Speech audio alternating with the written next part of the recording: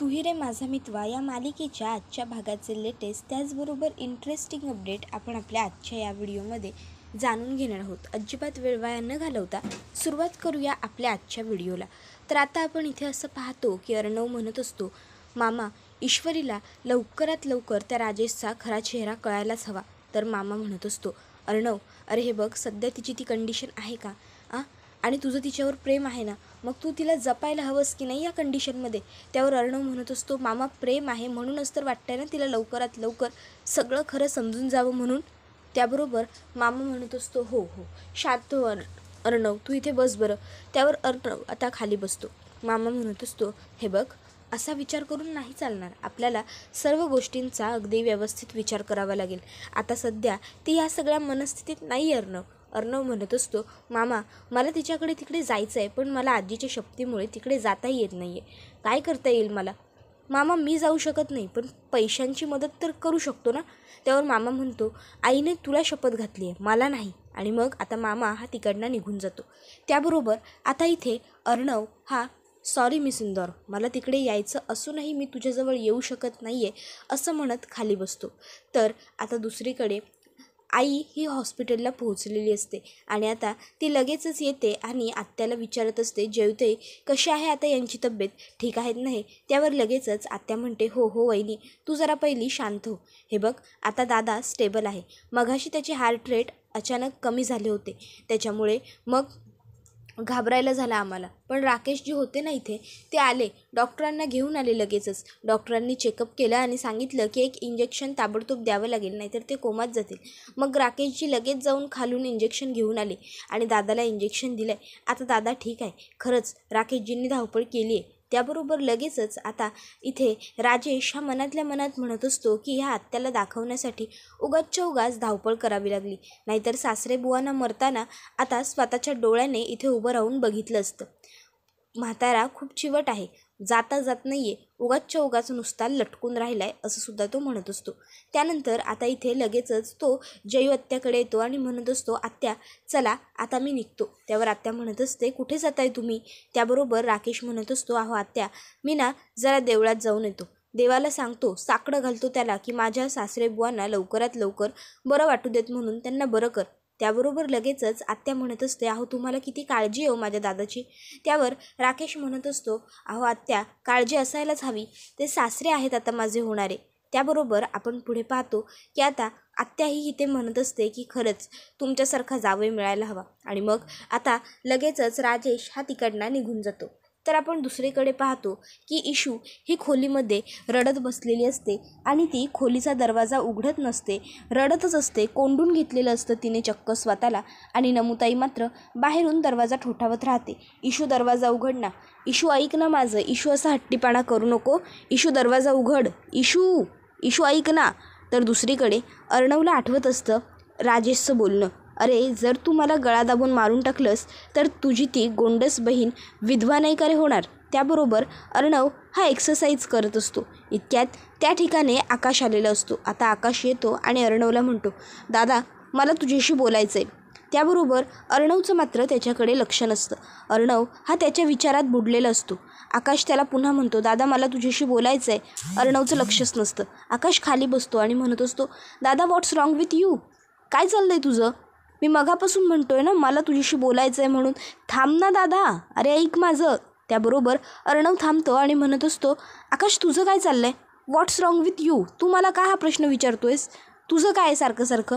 हे बघ मला आत्ता कोणाशी काहीच बोलायचं नाही आहे, तू जा इकडनं. आकाश म्हणत असतो, दादा अरे ऐकून तरी घे. पण अर्णव आकाशला हाताला धरतो आणि खोलीच्या बाहेर काढून टाकतो. त्याबरोबर आता मात्र बिचारा आकाश खोलीच्या बाहेर जातो. तर आता अर्णवसुद्धा स्वतःला खोलीमध्ये कोंडून घेतो, दरवाजा बंद करतो. एकीकडे इशूने स्वतःला कोंडून घेतलेलं असतं, रडत असते ती, दुःखापोटी तिने कोंडून घेतलेलं असतं. तर दुसरीकडे अर्णवने स्वतःला रागापोटी कोंडून घेतलेलं असतं, पण कोंडून मात्र दोघांनी घेतलेलं असतं. तर आता अर्णवला आठवत असतं की ज्यावेळेस ईश्वरी त्याच्या वाढदिवसाला आली होती त्यावेळेस त्याने तिच्याशी फ्रेंडशिप केलेली होती. तो तिला स्वतःहून म्हणाला होता फ्रेंड्स, त्यानंतर लगेचच त्याला आठवतं की ईश्वरीचे बाबा आले आणि त्यांनी तिला हाताला धरून त्याच्यासमोरून तिकडनं घेऊन गेले आणि मात्र तो काहीही करू शकला नाही. तर इकडे आता आकाशला मात्र या सर्व प्रसंगांचं टेन्शन येत असतं. काय करावं हा प्रश्न आकाशभोवती पडलेला असतो. मग आकाश विचार करतो, कमीत कमी नम्रताला कॉल करून तिच्या बाबांची माहिती तरी विचारतो. तर इकडे नम्रता ही दरवाजा ठोकत असते. इशू इशू ऐक ना गं, इशू दरवाजा उघड, इशू इशू. इतक्यात तिच्या मोबाईलची रिंग वाजते. नमू पटकन बाहेर येते आणि लगेचच पर्समधला मोबाईल काढून आकाशचा फोन बघते आणि म्हणते, हां हॅलो सर बोला. त्याबरोबर आकाश म्हणत असतो, हां हाय हॅलो नम्रता, कशी आहे आता काकांची तब्येत? Everything is fine. त्याबरोबर आता मात्र इथे नमुताई ढसाढसा रडायला लागते. त्याबरोबर आकाश म्हणत असतो, नम्रता प्लीज रिलॅक्स हो, काय झालं ते सांग. त्यावर नम्रता सांगायला लागते, अहो सर बाबांची तब्येत तर बरोबर नाहीच आहे, पण जेव्हापासून ही गोष्ट इशूला कळली आहे ना, तिने ऐकली आहे ना, तेव्हापासून तिने स्वतःला खोलीत कोंडून घेतलं. अहो कधीची दरवाजा ठोठावते, काही ऐकतच नाही आहे ही मुलगी. त्याबरोबर आता लगेचच आकाश म्हणतो, ओके नम्रता मी तुला थोड्या वेळात फोन करतो हां, आणि मग तो फोन कट करतो. तर आता दुसरीकडे अंजली म्हणत असते, आजी तू ही जी शपथ घातली आहेस ना अर्णवला, ती खूप चुकीची घातली आहेस, मला अजिबात पटलेलं नाही आहे. त्यावर आता आजी म्हणत असते, अगं पण हा मुलगा नुसता आताताईपणा करतो, काही कधी ऐकतो का? स्वतःच्या मनात येईल तेच खरं करतो. मग ह्या अशा काहीतरी विचित्र शक्ती विचित्र अटी मला घालाव्या लागतात ना. त्याबरोबर लगेचच अंजली म्हणते, नाही ते काहीही असलं ना तरी यावेळेस मात्र तू चुकवलं आहेस म्हणजे चुकवलं आहेसच आजी. त्याबरोबर आजी म्हणत असते की अगं हो, पण मी हे सगळं काही त्याच्या भल्यासाठीच करते ना. मला काय वाटतं का की माझ्या नातवाचं वाईट व्हावं म्हणून? नाही की नाही, त्याच्यासाठी त्याच्या सुखासाठी हे सगळं करत असते ना मी. एक दिवस बघ असा नक्की येईल की अर्णवलासुद्धा पटेल मी जे काही केलेलं असतं ना ते त्याच्या भल्यासाठी आणि चांगल्यासाठीच असतं ते. त्याबरोबर अंजलीला मात्र आजी एवढं समजावत असते पण काहीच फरक पडत नसतो. तिला ईश्वरीच्या बाबांची खरोखर खूप काळजी वाटत असते. ती मात्र तिच्या विचारांमध्ये असते. इतक्यात त्या ठिकाणी राजेश आलेला असतो. आता राजेश येऊन म्हणतो, अरे आजी तुम्ही इथे, काय झालं? त्याबरोबर आजी म्हणते, काही नाही हो, हिला जरा काळजी वाटत होती, तुम्ही आलात आणि अचानक लगेच निघून गेलात ना तिला न भेटता म्हणून. तर मग विचार केला जरा वेळ येऊन तिच्याबरोबर बसते तर तिला बरं वाटेल. त्याबरोबर लगेचच आता इकडे राकेशला पटकन अंजली म्हणते, पण तुम्हाला यायला एवढा उशीर का झाला? राकेश म्हणत असतो, अगं तुला तर माहिती आहे मी जिथे जातो तिथे मला काही ना काही काम तर दिसतच असतं. अगं आता मी ज्या ठिकाणी गेलो होतो तर तिथे एका काकांना थोडी पैशांची मदत हवी होती. अगं शेवटी हॉस्पिटलचं काम म्हटलं की पैशांची नड ही आलीच, म्हणून मग आपल्या ट्रस्टच्या वतीने त्यांचा फॉर्म भरून दिला आणि त्यांना पैशांची मदत होईल याची व्यवस्था केली. त्याबरोबर अंजलीला हे ऐकून बरं वाटतं की आपल्या नवऱ्याने कोणाची तरी मदत केली. तर दुसरीकडे आपण पाहतो की आजी विचारते, बरं मग आता इशूच्या बाबांची तब्येत काय म्हणते? त्याबरोबर लगेचच आता तो सांगायला लागतो की एकदम व्यवस्थित आहेत, ते ठीक आहेत, स्टेबल आहेत आणि सगळ्यात महत्त्वाचं म्हणजे ईश्वरीला आपल्या मदतीची तर काहीच गरज नाही आहे. त्याबरोबर हे ऐकून आता ताईचा जीव जरा भांड्यात पडतो. ताई लगेचच देवाचे आभार मानत म्हणते की देवा बरं झालं, असंच तिच्या पाठीशी उभे राहा आणि तिच्या बाबांना लवकरात लवकर बरं वाटू देत. त्याबरोबर आजीसुद्धा म्हणत असते, हो ना खरंच. आणि मग आता लगेचच त्या तिकडनं निघून जायला लागतात.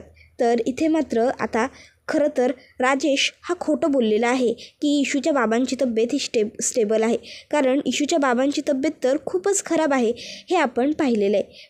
तर आता इथे मात्र तो मनात म्हणत असतो की काहीही झालं तरी मला जे हवं आहे तेच मी साध्य करून राहणार. त्यानंतर आपण पाहतो की आता आकाश हा धावत पळत त्याच्या लॅपटॉपजवळ येतो आणि लॅपटॉपवरून तो आता एक ऑडिओ काढत असतो. त्याबरोबर आता तो म्हणतो, येस इट्स ग्रेट, मिळालं मला जे हवं होतं ते. आणि मग तो पटकन तो ऑडिओ डाउनलोड करतो आणि स्वतःच्या मोबाईलवरून नम्रताच्या मोबाईलवरती सेंड करतो. आता नम्रता बघते आणि म्हणते, आकाश सरांनी ऑडिओ पाठवला आहे. त्याबरोबर आकाश फोन करतो आणि नम्रताला सांगतो, नम्रता ईश्वरीचा मूड ठीक नाही आहे ना, ती रडते आहे ना खूप, एक काम कर, मी तुला एक आत्ता ऑडिओ पाठवला आहे, तो ऑडिओ ईश्वरीला ऐकव. बघ ईश्वरीने एकदा का तो ऑडिओ ऐकला ना की कशी जादू होईल आणि ईश्वरीचा मूड आपोआप बदलून जाईल. ते तू एक काम कर, पटकन तिला ऑडिओ ऐकव. नमुताई लगेचच म्हणते ठीक आहे आकाश सर, मी लगेच तिला ऑडिओ ऐकवते. आणि मग ती पटकन फोन कट करते आणि लगेच तो ऑडिओ चालू करते. तर तो ऑडिओ दुसरा तिसरा कोणाचा नसून दी ग्रेट ASR अर्णवराजे शिर्केचा असतो, जो त्याने त्याच्या एका इंटरव्ह्यूमध्ये दिलेलं असतो वाक्य. त्याच्यात त्याने सांगितलेलं असतं की we are a best for our self. आपण आपल्यासाठी कायम उत्तम असतो. आपलं भलं आपल्यापेक्षा जास्त कोणीच नाही ठरवू शकत. आपल्या अडचणीत आपल्यापेक्षा जास्त चांगलं आपल्याबरोबर कोणीच नाही उभं राहू शकत. त्यामुळे आपल्या अडचणीच्या काळात कोणाचीच वाट बघायची नसते. आपण स्वतः आपल्यासाठी स्टँड घ्यायचा. आपण स्वतः आपल्यासाठी उभं राहायचं. आणि हे ऐकून इशू डोळे पुसते आणि आता तीसुद्धा उभी राहिलेली असते.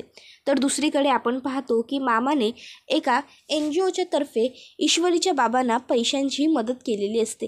आणि त्याने आता सांगितलेलंही असतं त्यांना की हे बघा, हे पैसे आम्ही देतो आहे, म्हणजे मी किंवा अर्णवराजे शिर्के आम्ही देतो आहे, यांच्यापैकी कोणाचंही नाव पुढे येता कामा नये. त्याबरोबर लगेचच आता ते म्हणतात की येस सर, तुम्ही काही काळजीच करू नका. जर तुम्हाला ही माहिती पुढे आलेली नको आहे तर ही माहिती अजिबात पुढे येणार नाही. त्यानंतर आता मामा तिकडनं जात असताना बरोबर त्याच ठिकाणी इशू येते आणि आता इशूची आणि मामांची धडक होते.